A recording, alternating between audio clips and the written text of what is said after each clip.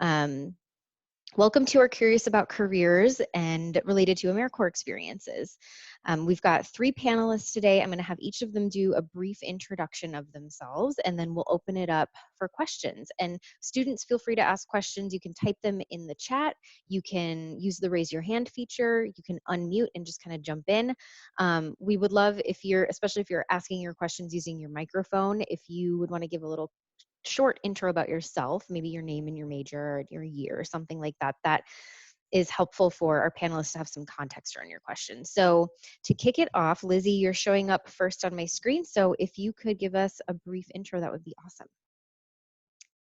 Sure. Thanks for organizing this.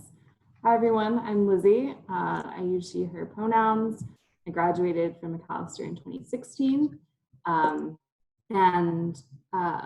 My journey with AmeriCorps started with doing 1 year with Community Technology Empowerment Project, which is based here in the Twin Cities. It's a cohort of 35 basically technology educators in different nonprofit environments. And then I did a 2nd year, and now strangely I applied and currently lead the program, or co-lead the program.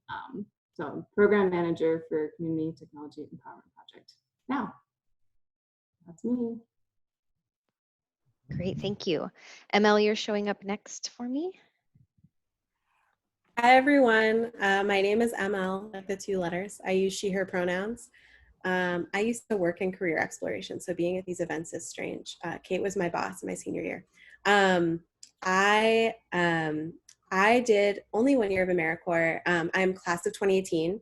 When I graduated, I was not sure what to do, and so I knew I wanted to maybe start in like the nonprofit sector. I was thinking about education, but I was really scared of not making enough money. I found an AmeriCorps program called C3 Twin Cities, now defunct, that gave kind of some additional funding to do the program. Like they paid for part of your rent and your transportation and stuff, which was awesome. And they had professional development for a full day every 2 weeks, kind of focusing on social justice issues of the day and kind of like bringing kind of some more discussion to things that you don't always get a chance to discuss during your service in AmeriCorps. So I was a Vista, which is like indirect service. I did communications and fundraising for a tiny sort of Afrocentric K-6 charter school called Friendship Academy of the Arts. And I side hustled as well, for those of you wondering how you would make money in AmeriCorps. I'm happy to talk about that. And I got hired by them part-time the following year and have been with them since. They made me realize my commitment to education and ed equity. And I'm leaving Minneapolis this summer to start my master's in ed through a program called Urban Teachers in DC. Thank you. All right, Baraftu. Hello, I'm Baraftu. I'm a class of 2014 graduate. And I did CDEAR, which is a AmeriCorps program technically, but it's just the same thing, but it's just like slightly different. Like they have different rules and stuff. And I did that right after school because I was interested in maybe doing like ed policy, and I was like maybe also interested in teaching, but I was like, I don't know if I want to be in a classroom. So I thought doing a year in a classroom would give me good insight on like, do I want to be in a classroom? And also like, what are the issues that teachers face and all of those things.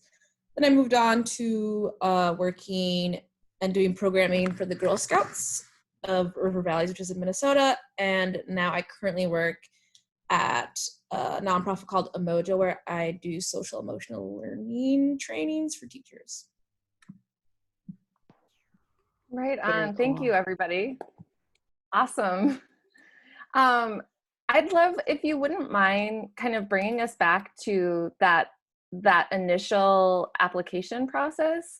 If you could just give us a little bit of context for like how you came to the application process, and if you're willing to share, like how many programs did you choose to apply to?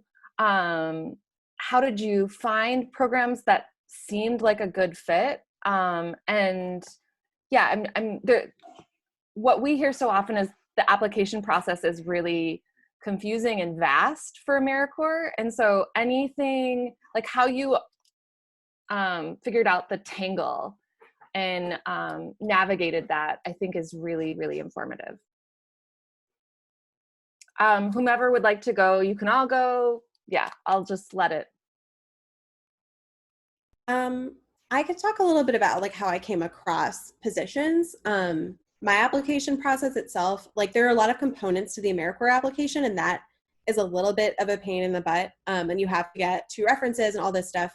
But I would say ultimately, you know, there were some short written essays. There was a sort of weird resume component where you have to like type out each of your positions separately, and that's really annoying, but it's doable and you can do it. I found out about my position, what would become my position, because of a like year of service dinner that Career Exploration, then the CDC, was holding on campus, and there was a representative from what would be my cohort there. And so that kind of piqued my interest, and later I got a coffee with that person and we talked about what kind of support would be offered, because I knew that a lot of AmeriCorps positions involved, and not all, but a lot kind of involved like throwing you in there without and you have to have kind of a lot of like gusto and resourcefulness to figure that out. And so that hearing that there was that support was helpful. But as for the application process, I was applying to specific positions within that cohort. So I applied to maybe 3 or 4. And that part was easy. Like you just kind of like checked the ones you wanted to do. But the sections of the application do take time. So I would give yourself like a couple days to fill that out.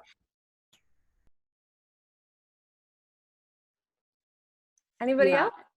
Go ahead. Oh, well, yeah, I think ML covered a lot of the sort of like, it is arduous, it's cumbersome, and I think that gives you a glimpse also into sort of AmeriCorps itself is like a federally run thing, yet there are different like state programs, and then they get money from, you know, a different corporation. So it is confusing, because also the structure of AmeriCorps is somewhat confusing. But I know as part of my program, you know, part of the orientation was talking about, okay, so who, you know, is involved?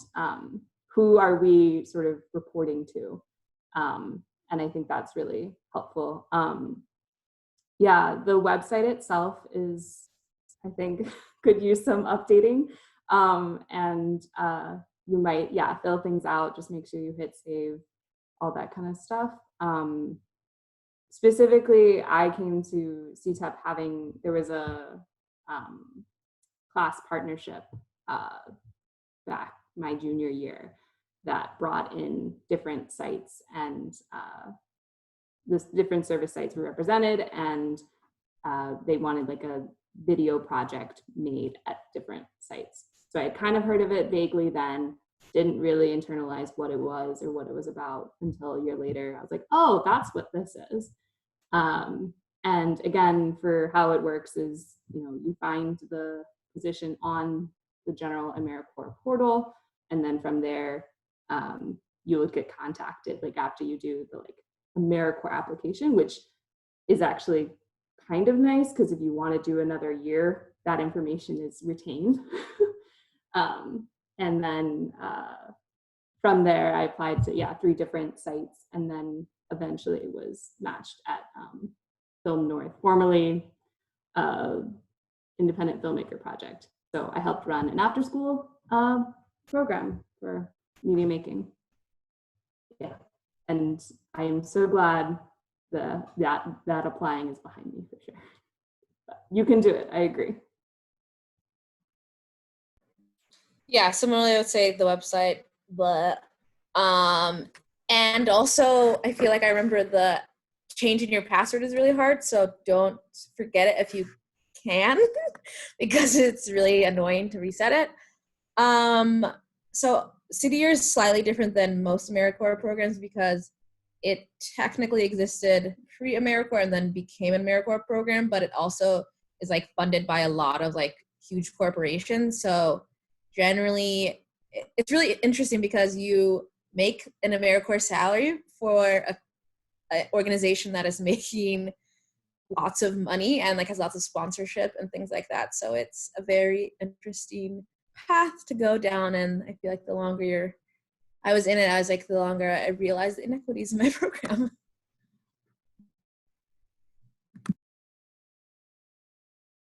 Also, to add to Badafsu's comment, you will need your account again if you're using an ed award or a stipend, because you can get one or the other if at the end of your year. So I just needed to use my ed award because I'm going to grad school, and I forgot my password, and it honestly took a hot minute. So please write it down. Like, please write it down because you want that money. Thank you. Your loans in forbearance, which then means that the Department of Education is on the hook for paying any interest that accrues during that time. So you just have to send them a letter, they do the verification, and yeah. So don't let student loan debt accrue more than it needs to. I love that you all just like went straight to the heart. Like, let's talk about the nitty gritty. I love that. And that's really valuable. We really appreciate that. And so can we, students, remember, raise your hand, add a question to the chat function. This is your space. So we want the questions to come from you. I'll ask one more while you're thinking of some. Tell us about those first few weeks, months. How did you get established? What kinds of support, or I would just love like your observations of that onboarding experience, and like anything you would wish you could share with people now moving into that, especially in the different spaces. But off to you were in New York, like moving to a different city. I'd love to hear just that, like that transition to the service year and onboarding.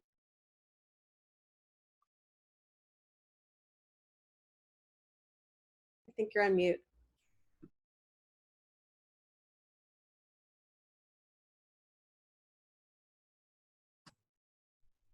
But after you've been on mute if you're trying to.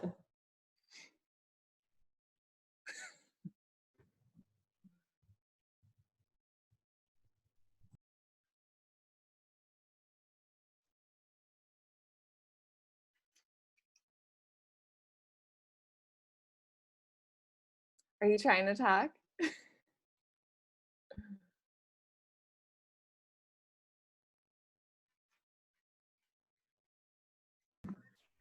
said when will cycle day one? The first day of your period? Hello, can you guys hear me? Yeah, Yes. there we go. Okay, I think maybe she's. Are you on the phone? Well, I got a question from one of the students, so I'll hold that. But if any of you would like to respond, but Aftu, feel free to do what you need, chat, Tony or I, if there's any things we can help with. But yeah, your onboarding experience, if you wouldn't mind bringing us in. Yes. I had like little to no like actual onboarding in my experience, which there are many AmeriCorps programs that are direct service that require like weeks and weeks and weeks of training. I did not have that. So if you are a Vista like me, that could be your experience. I was being supervised by the executive director of a charter school. And so he had 40 million things to do. And he would be like, you're important, like we're putting you first. But he didn't have time to put me first. Of course he didn't. I was in AmeriCorps. So I remember I kept reaching out to him and being like, hi, I was in Minneapolis without, not having started the position for a few weeks before it started. And so I kept emailing him and being like, hi, can I come in and like, can we chat? Because he had given me no sense of what we were going to do. And so eventually he responded. He was like, yeah, come in. We're having professional development for the staff. And I came in and I was really, he was just like, hey, sit down. And I just sat down and I felt really strange. And for me, there was a lot of cultural adjustment as well, because I'm white and the school I was in was predominantly African-American. The admin and staff are predominantly African-American, which is great for the students. And the culture is very different from what I was used to in schools, having only experienced the schools I went to, which were very, very white. And so for me, there was a little bit of culture shock. And the way people spoke to and disciplined students was different from what I was used to. So I remember in the first, I was not getting, obviously nobody was being like, just, like this is what it's going to be like, because that was their normal and not mine.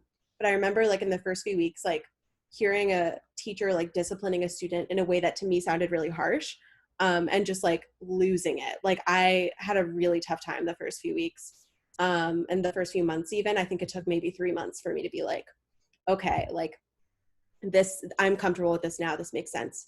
But I would say the onboarding was minimal in my case. And a lot of it was figuring stuff out on my own. Like I was supposed to manage social media and they didn't have, they didn't give me the passwords to the accounts for like 2 weeks.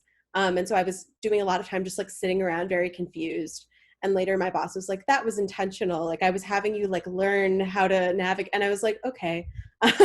And he's great and we're really tight. But I think one thing about being in AmeriCorps is like you are not the highest priority. At McAllister, you are a student and you should be ideally like the highest priority of like the faculty and staff around you. But in your first job, you're often like you're not a super high priority depending on where you are. And that was a big lesson for me. And I think there are a lot of problems with AmeriCorps, and I'm happy to critique AmeriCorps all day and the systems around which it's built, and the problems, like this kind of idea of like national service as a thing for which you're paid a poverty wage and a thing as like a supplement to inequitable systems is really yucky to me. And I feel like people should talk about this more. And I also I don't want to get too off topic, but there's a tagline that is on some AmeriCorps merch called Making Poverty History. So it's like making poverty history, like with the service program, we will end poverty, but also like, to me, it also sounds like we're going to make history as people that helped end poverty with our year of service. And that is really messed up. So a lot of that stuff is stuff you figure out on your own in AmeriCorps that you are, if at best, a supplement to what is going on around you. And that was a big part of my onboarding experience too. So I get that was a bit rambly, but I hope that answered some people's questions about that.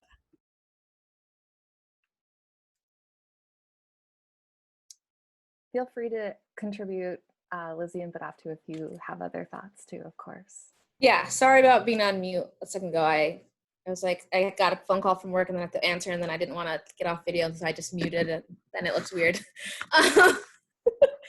But I would say for onboarding for city year, you go, I think we had 2 weeks of like onboarding, so I had to go 2 weeks earlier or I went to New York like a month earlier than the school year started, and that's just so I could have some time in New York just like be and like settle in, and then 2 weeks of training. So it's a lot of going to different sites around the city, so like learning the subway system very quickly, because like one day we'd have a meeting like in the Bronx, the next day we'd have it like deep Brooklyn, so it'd be like, oh, okay, we have to like figure out how to do this all right now. I would say generally the things that we went over were like helpful. But I think that like other programs, it was like very surface level, and it was like not going to be enough for like once we got in the classroom. I feel like then you like realize like, oh, like it's great that I like took a lot of ed classes, because like that's going to be helping me right now. And then yeah, in terms of like living, I would say it's very interesting, because for a lot of city year people, there were some people who are like, oh, like after this I want to like get an MBA or go to law school, so like this is just like my year of service. And like so they could like afford to do it because they're like, oh, my parents like pay for my apartment or things like that. And then there was a contingent of people who lived in New York who came from the communities of the schools we were serving, and they're like, okay, I want to give back. And then there was a smaller contingent of us who did want to give back, weren't from the area, but also had to some way make it work. And luckily for me, I had a cousin who lived there, and she let me sleep on the couch for a year. So that was really helpful to live, because I was like, if I had to pay rent, I would just be, all my money would go to rent, and then I'd have to be on food stamps. And I would just do probably not really any activities. I would probably not have enjoyed the city or like gone anywhere. But I would say you get onboarding, but like honestly, being in New York is like its own onboarding in itself. Yeah, so I mean, one sort of, I guess, why I liked CTEP, or kind of partially chose it, was I knew the Twin Cities and wouldn't have to like readjust to that. So that was a consideration of like, do I want to be learning a new city on top of trying to navigate the next thing. But as far as onboarding with CTEP, yeah, you do direct service predominantly, and that means, you know, whether you're at a library helping run like the maker teen space, or you know, teaching adult-based learning, and you're typically teaching to something called North Star standards, which are like you know, how people can get certified in digital skills. And as far as learning about the different sites, that happens throughout the year. Like every other Friday, there's a core day, and you go to the different organizations, and there's usually other topics, and those are like professional development related. I think there's a lot of support in CTEP because it'd be the program manager, which currently is myself, and then the program director are like technically your supervisors as well. And then you have a supervisor at your site. And, you know, we've done our best, and like CTEP encourages, you know, conversations and like weekly conversations with the supervisor, and making sure that what you are doing is valuable and you aren't going to be super lost. And, you know, things have certainly shifted in the direct service realm since the pandemic. And that has meant, you know, now members are focusing on something that our program calls capacity building projects. So, you know, designing other resources, you know, civic engagement type projects that will also like serve the mission of bridging the digital divide, while also, you know, building out, hopefully, again, more capacity for these different sites. Wow, thank you. One question from the students, and anyone feel free to start. And again, we love all of your voices to be shared when you want, but also don't feel obligated, each person, to have to weigh in. You could just be like, I'm good. The student's question was, what was your interview process like? And after applying, how long did it take to hear back? What was that whole process?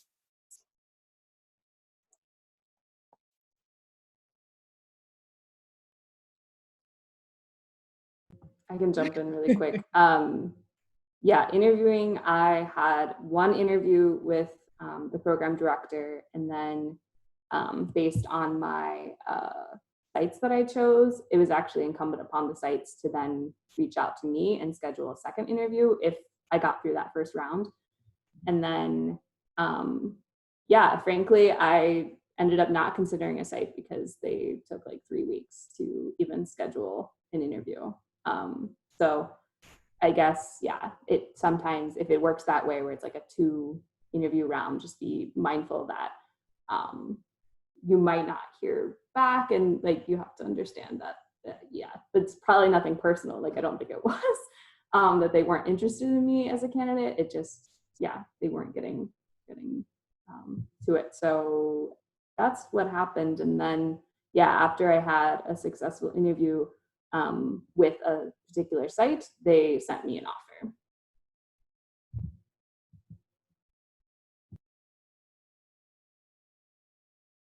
I can speak to this. I also had a situation where it was like I applied to my cohort, and they interviewed me, and then they were like, congratulations, you are now eligible to like apply to sites within our cohort. Like they had a group of partner sites, and I applied to maybe 4 of those. I applied a little later than some people, so I recommend applying like early ASAP if you want to have site preference. And like if you are having issues with, if you're struggling with the application, like when I drop my email, like you're welcome to reach out. I'm happy to work with you. But yeah, I was interviewed first, like on the phone, and they asked me some questions like, why do you think people live in poverty and stuff like that? And like, you have this, a lot of, Kate, I know Kate can definitely attest to this. Like there are a lot of questions about like scenarios. So like, what, kind of like, you know, like if you were in this scenario, what would you do? And those are increasingly common in interviews. So it's really good to prep for that. And so I did that, I got in, and then I applied to some sites. I then interviewed at 2 of those sites. One of the positions I did, I interviewed at 3. One of them was I really didn't want, and so before I even heard back from the other 2, after I'd interviewed with them as well, I turned it down.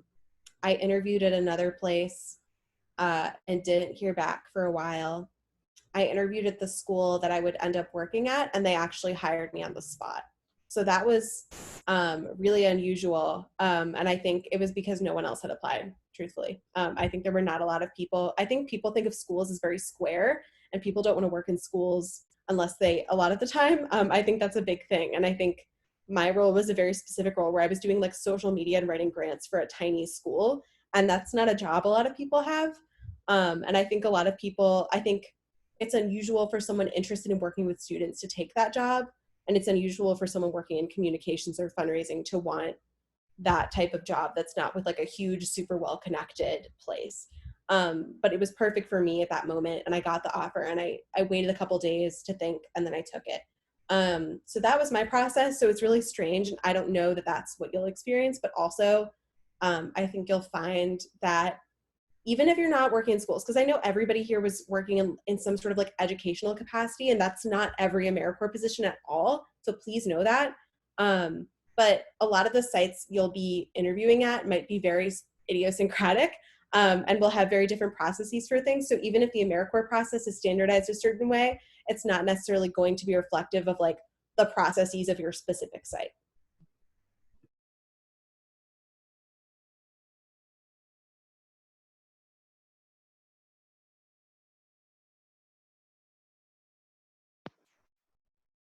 All right.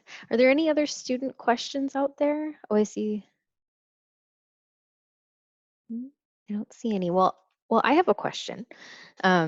So this one's a little bit more not as specific, but I would just like to know what made you all decide to want to go towards this type of career trajectory, and what is the best part of your job right now? Because I know it's easy to talk about, all the warnings and the, be careful of this and be careful of this, and but you all are working in it for a reason, and so I would love to hear more about that.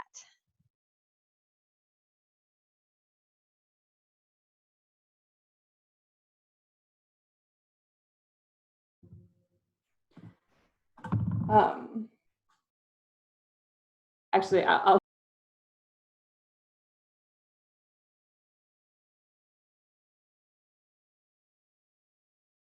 I can give it a shot. So why did I want to do it is your question, Tony? Like, why was I interested in doing it, or why am I interested in like the work? I guess both. So why were you originally interested, and then what's kind of keeping you going at this point? Yeah, so I'm no longer in AmeriCorps. I finished my term last August. I still work at that site. However, I work at that school. I was hired on part-time afterwards. And I would say what made me want to do it. I was pretty sure I wanted to work in education, but had not a super strong background in it. I didn't really study it. I took like one ed studies class. And I was really nervous about the potential of like doing harm to students or like messing up or being overwhelmed. In part for a lot of reasons, but mostly because I wasn't super experienced in the classroom at the time. I had some, but minimal experience. And so I was thinking like maybe nonprofit first, maybe schools first. And it just seemed to me like the cohort I was in was a really good fit with what I was trying to do, which was become more like civically active. It was very much a cohort where we talked very openly about white supremacy and capitalism, and I was really attracted to that. And in a lot of nonprofit and school settings, you do not find those conversations readily available, unfortunately. So that was really attractive to me as an option, and my professional development did keep me going. So if you can find a strong cohort with like-minded people that are willing to talk about things, even if your program does not do that explicitly, because many of them do not, that is a good way to go. Or if you can find like even just like a group of like activists or whoever, people you can talk with or spend time with outside of your service, like that is a really good complement to the service, and I recommend it. So that was kind of what got me into it, was like I wanted to dip my toe in education, and I wanted that like social justice engagement. and I was able to have both. And I learned over the course of the year, like, you know, I loved that school. I still love that school.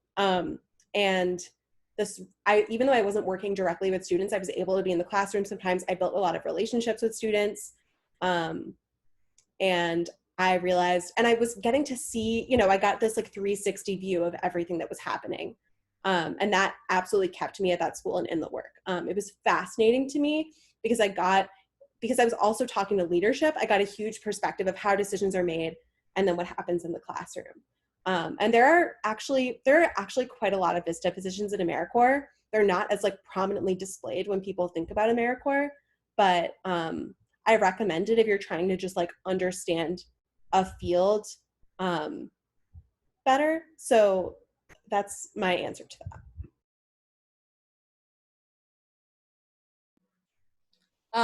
I would say that why I was interested in the beginning was I was a poli-sci major, and I was like one class away from being an ed studies minor, but then I decided to take 3 classes senior year, so never got it. But I was like, I'm interested in this, so I have enough knowledge about this. And I really thought I was gonna like do policy, so I was like, yeah, this is gonna make so much sense.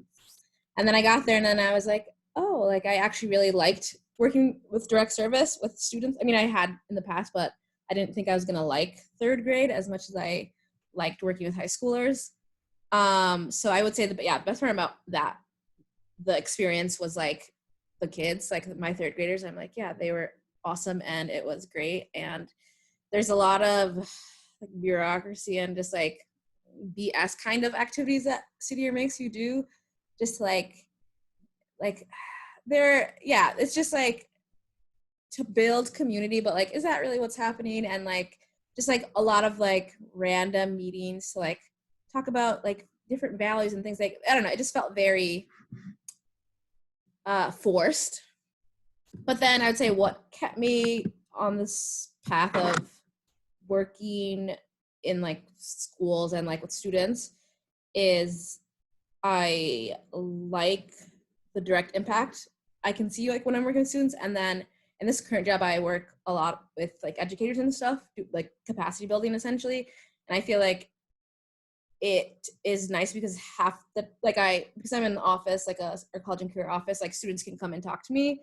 But then also like working with their teachers, it's nice to see like them like implementing things they learn in a PD or different things, and like seeing like, oh, like this is directly affecting the students and like they are getting a better education because of this. Yeah, I had some exposure to doing like youth media with St. Paul and Grid Network my senior year. It was like an off-campus student employment opportunity. I was sad to leave career development. But yeah, I think the best part was getting to meet the young people and just like, I mean, I really, you know, emphasized that like it was a space that like we were all learning in, that, you know, I sure could teach them some, you know, tricks of Premiere, but, you know, video editing software and whatnot. But I think, yeah, I really wanted to try out just like being in spaces and trying to, yeah, make those spaces where everyone flourishes. And I think having only, or if I had only done 1 year of in my role, I don't think I would have reached the like fullest, like the good to glean from it. So it was a tough financial decision to decide to do a 2nd year, but I knew I could get another ed award. And having done the 2nd year, I was much more comfortable like reaching out to other partners and like, yeah, doing much more, I guess, like exciting things. Like I could really, like I had a lot of autonomy in my role actually. And I think that was one of the best parts. And, you know, could try things out, see how those go. So definitely tried to make it what I could make it. Great, thank you. It looks like we have a couple of questions in the chat from students. So one of the questions is, can you all talk about your side hustles? Some of you have mentioned some ways that you were able to make it work financially. And as much as you're comfortable sharing, if you could all talk a little bit more about that piece, that would be really awesome.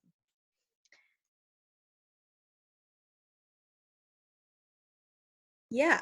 So I would say I had some savings that I was using for like the first few months, and they were going way faster than I expected. And so I was like, I need a side hustle.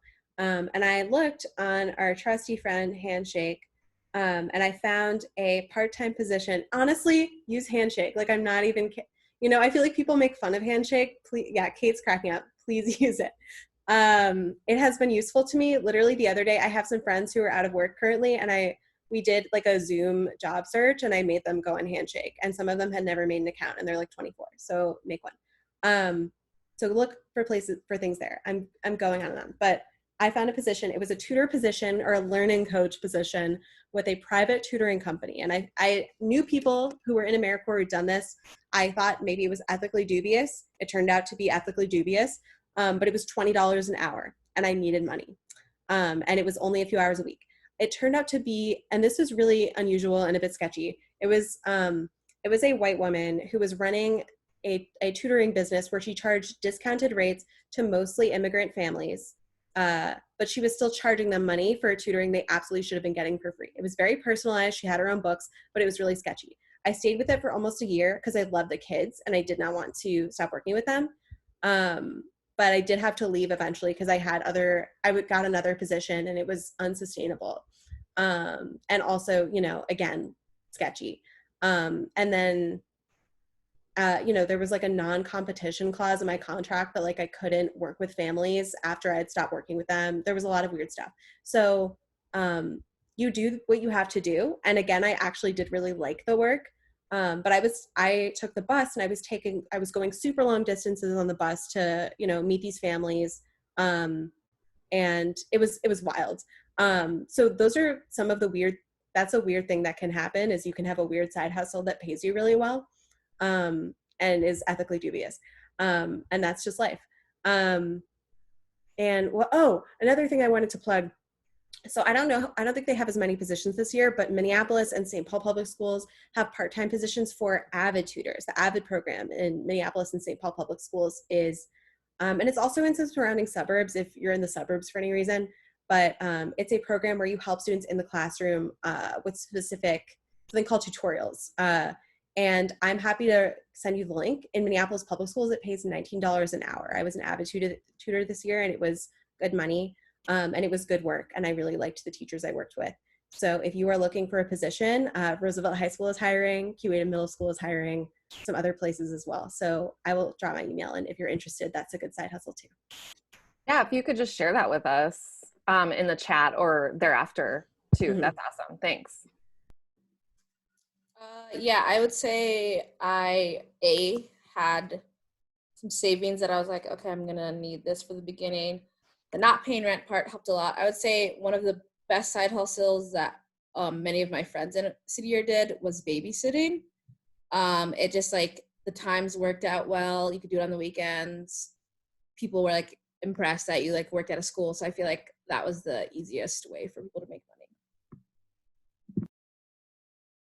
Yeah, I worked in a restaurant, and because the timing worked out well, I could bus tables and all of that evenings. But the other thing,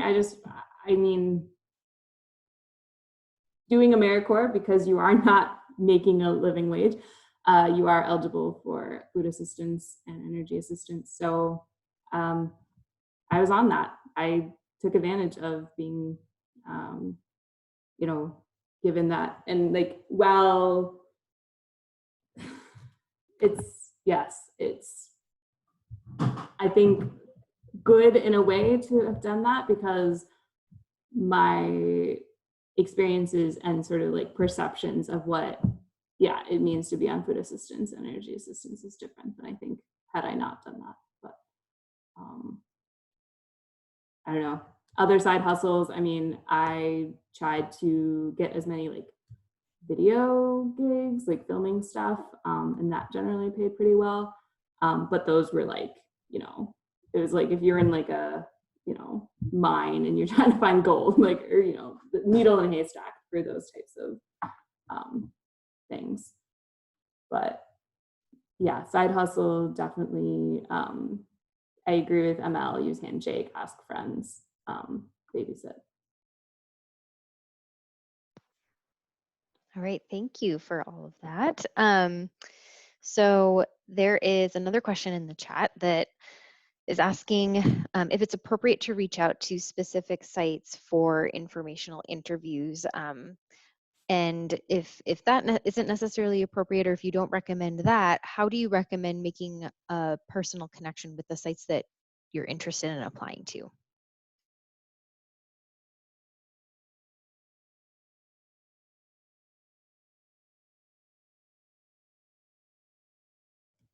I mean, depending on the site, if there's an opportunity to volunteer, you could probably do that, though. Yeah. I'd say if you are confident and if you go about it in a way that seems like, you know, you're laying out your intentions up front of like, I'd like to do an informational interview, like to learn more. I think that can be okay, but I think or I should say, in our case, you know, for CTEP, you can definitely reach out to me and I would be able to get you more connected to a site to learn more before you applied. But like we've mentioned, the like hardest thing is completing the AmeriCorps application. Like that can take the most time. So it's probably to your benefit to like make sure you have that done and then worrying about making sure that the application doesn't just end up in the void. I've seen the other end of the void now, which is curious, but I can at least speak for CTEP that we do a good job of, you know, timely reaching out to people who've applied and following up. And yeah, I think as much as you do feel comfortable taking a little more like initiative to reach out to people, and so provided you do that, you know, kindly, that shouldn't hurt you.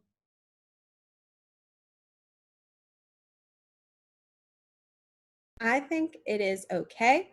I think there is nothing inherently wrong with reaching out to specific sites.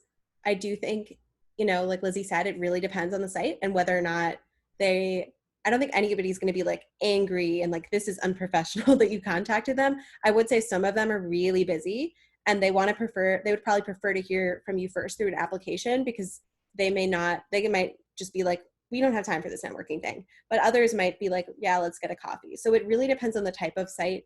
And you have to take that into account. So like, I don't know, Savan, like what you're specifically interested in doing. But if it's a school, like, I feel like your best bet is to like take a tour of the school, or now you can't, but like if you can find a virtual tour, but some other way that like you can learn about it, that isn't asking like people that are already very overworked to like do more stuff, which is a hard and very blunt way to put it. So that's my answer to that. Informational interviews. I think an email is a good place to start.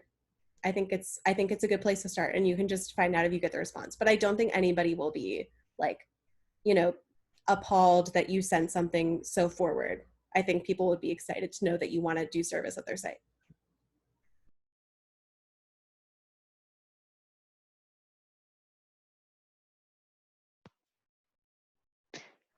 All right, are there any other questions from students? Okay, I'm not seeing any or hearing any. So panelists, is there any last words that you'd want to share before we wrap up? Any last pieces of advice?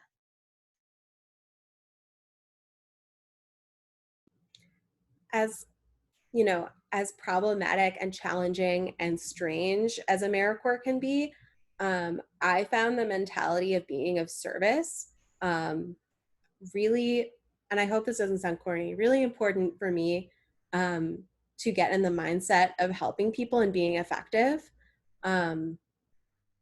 and not as a savior or but just as somebody who's there to provide assistance and to do what needs to be done as effectively as possible. And that was a great introduction for me into the working world. And it was absolutely worth it in my case. And so I would never tell somebody not to do AmeriCorps. I think you should screen for good programs appropriately and get reviews from people who have done those programs personally, because there are hundreds of AmeriCorps positions and they're all different. So thanks everybody for coming.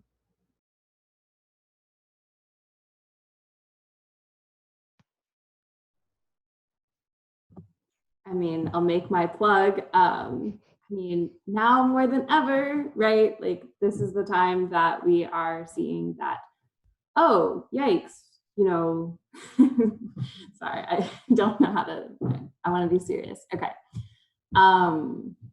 Yes, the fact that there are millions and millions of households across the US that don't have access to broadband, and that, right, is a myriad of there's a myriad of reasons for that. But what CTEP is really all about is, you know, teaching digital skills and really being community based and trying to, you know, understand the unique problems that learners in, you know, who come to your nonprofit are facing, and trying to address those. And there's a lot of success stories, and people, I think, could have easily, you know, walked away from this, especially during the pandemic. But I think, if anything, it's renewed a lot of people's commitment to that service, that this is, you know, where they can be effective, and where they can know that at least, you know, they're part of a larger picture of trying to make a difference. Yeah, I think it at least will move the needle in some way, and like the education side of things as well, of like, the more people that are aware of the problem, the more minds we can put towards solving those. Yeah.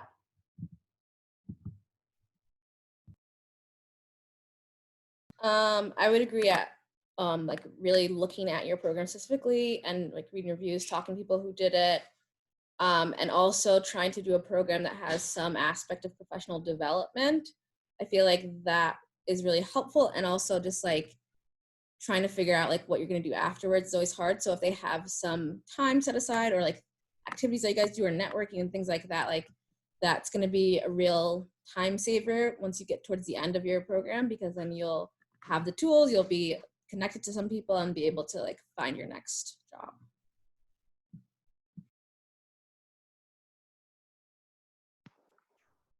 All right. Well, I'm going to turn it over to Kate for a second, but panelists, if you could share your contact info in the chat to give students some time to write that down before we go. And then Kate wanted to say a quick note. Hey, everybody. Thank you so much. I feel so fortunate to be able to share this space, but off to Lizzie and ML, we can't thank you enough for your generosity in sharing your time and sharing your experiences so thoughtfully and so candidly. And things are really hard and weird right now, and I just really appreciate you being with us today and sharing your time. And we really appreciate the particular opportunities you've connected us to. So we'll be sure to share those with folks moving forward that weren't able to join and thereafter. But thank you to each of our panelists and career exploration alums. That's right, all of them. Yeah. I can share the link to the position descriptions for CTEP if anyone's interested. Sure, thank you. If there's Also, a student, oh, go ahead. I was gonna say, also, if you're at all interested in City Year and want to talk more about that, let me know. And also for the interview, there are like lots of, like, you can Google City Year interview questions, and there are like lots of blog posts about like the kinds of questions, so you can prepare yourself. And one more thing, so I know career exploration is probably like overloaded right now with resume reviews, right?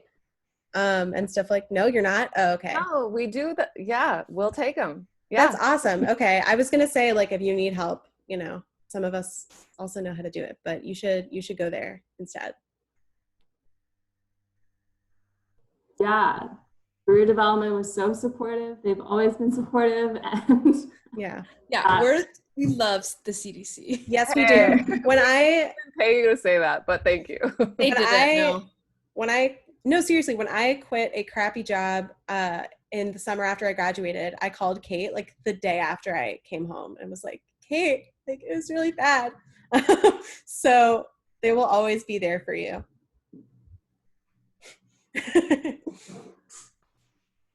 I know the counselors all appreciate that plug, and the rest of us do too. Well, thank you all so much. And students, take a look at the chat. They've posted different links in there and their email addresses. So jot those down really quickly, and I'll send out their contact information in a follow-up email as well, just in case you haven't had a chance to write it down. But just one more big thank you to everyone for joining us today. And I hope you have a great rest of your afternoon. Thanks Thanks everybody. for having us. See you later. Thanks for having us. Bye.